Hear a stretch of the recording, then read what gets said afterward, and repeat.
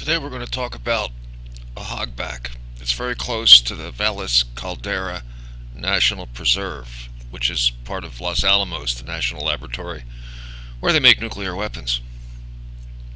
And here's the volcano, which I don't think is a volcano. Who would have thought? But we're not going to be talking about the big picture there. We're going to be talking about an epiphany I had where I learned that I'm an idiot not that long ago. It's really great if you're making mistakes to figure that out as soon as possible. So I'm not too upset about the fact that I was an idiot. There's been clues all along. Anyway, we're at a place here called Cuba, New Mexico. No revolutions. And there's a highway that runs up here. Came through here with Andreas Ote and Mel Atchison and Scott Wall, a few other people at different times, Dr. Scott Wall. And hold on, let me go to a different image real quick. This is a hogback right along here that you drive right through. There's a road cut that goes through it. Otherwise, you'd have to go over it. And road cuts are priceless. They're very educational. And up until the day that I took the first image that you're about to see, I thought that mountains were dunes growing with the direction of the wind, because in many cases geologists referred to them as dunes that grew with the wind. And then they experienced diagenesis and this and that. So they looked like dunes. They had a water line where you could see where there was a flood while it was growing from external material. And I had geologists claiming they're dunes. So I kind of put blinders on, and I saw them growing with the wind, with the dust bouncing up the windward side and then going down the slip face and growing that way. And I convinced a lot of other really smart people that this was the process, growing with the wind. And then we stumbled on this place. I'll show you a photograph now. This is the road cut. It's got either coal or shale in here. We always take samples and never have them analyzed. I should say. I shouldn't blame the others. Here's the road. And these are really vertical.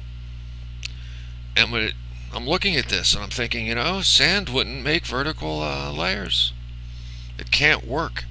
I think it's 40 degrees or 35 degrees. If it's damp, it can hold a little bit more of an angle before you get a landslide. But it can't hold 90 degrees. And there's another image that goes with this. It's even more interesting. It looks to me like this is trending back towards the right. It looks as if this has been spackled by material that was either wet and able to set up quickly, like cement, like quick drying cement or spackle, or molten, and it would stick, and then it could hold a very, very steep angle because it might cool off very quickly or it might set up very quickly. In this case, this looks more liquid than the previous shot.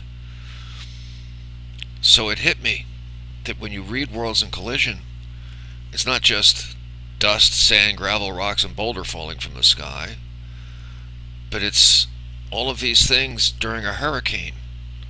So there's water available. It's going to be wet, not dry. And it's going to be conglomerate, not sand. And sometimes it's going to be molten, according to the descriptions from the survivors. So now you have to look at everything fresh. And now it's not going to grow with the wind. It's going to grow into the wind, back and up into the wind, with the windward side growing. It's completely different than what I thought. I was wrong by 180 degrees only. So this changed everything, and it made everything so much less complicated, because when I thought they were dunes, there had to be a post process where things were melted and shifted and squeezed, and I came up with the term shrink wrapped to explain this major change that would have to take place on all of these dunes. It was complicated. Once it's growing into the wind, which is basically the welded tuff process that geologists use for volcanic material. And sometimes the volcanic material the geologists have being red hot is 30, 40, 60 miles from the volcano and it's still red hot, which doesn't make any sense. It would cool off almost instantaneously once it gets in the air. You can see that at night. So this made everything simple, and it showed me how wrong I am. And it was kind of joyous admitting it before anybody else could catch my mistake. It was like I got away with it. Nobody grabbed me by the toe and shook it. I got away with it. So, mountains aren't dunes. They're the welded tough process with all different material that's available through comet dust. I was an idiot. I've seen the light, I guess, sort of. Thank you.